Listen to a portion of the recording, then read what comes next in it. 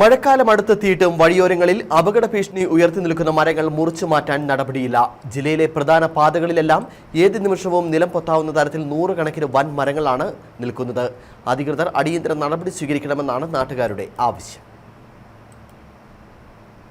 കുമളി-മൂന്നാർ സംസ്ഥാനപാത, കൊച്ചി ധനുഷ്കോടി ദേശീയപാത, Thodupuzha Puliyanmala സംസ്ഥാനപാത, Kattappana Kuttikkanam road, Rajakkad Ponmudi road ഇവിടങ്ങളിലെല്ലാം നൂറുകണക്കിന് മരങ്ങളാണ് അപകട ഭീഷണി ഉയർത്തി നിൽക്കുന്നത്.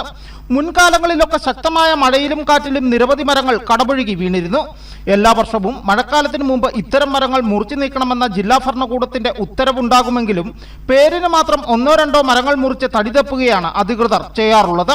രാജാക്കാട് പൊന്മുടി റോഡിൽ 20 അടിയോളം ഉയരമുള്ള മൺതിട്ടകൾക്ക് മുകളിൽ നിൽക്കുന്ന മരങ്ങളുടെ അടിഭാഗത്തു നിന്നും മണ്ണിടിഞ്ഞു പോയി വേരുകൾ പൂർണ്ണമായും പുറത്തു നിൽക്കുന്ന കാഴ്ചയാണ്.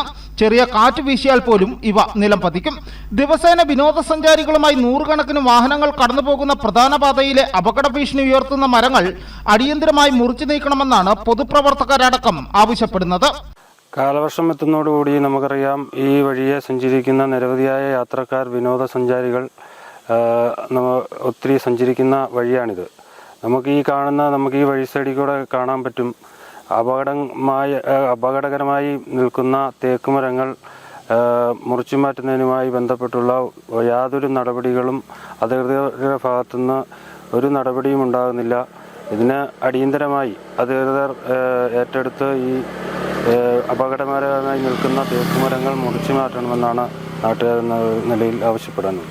മഴക്കാലത്തിനു മുമ്പ് അധികൃതർ അടിയന്തര നടപടി സ്വീകരിച്ചില്ലെങ്കിൽ ഈ മഴക്കാലത്തും അപകട വാർത്തകൾ ഉണ്ടാകുമെന്നാണ് നാട്ടുകാർ ചൂണ്ടിക്കാണിക്കുന്നത്. News bureau, Udumbanchola.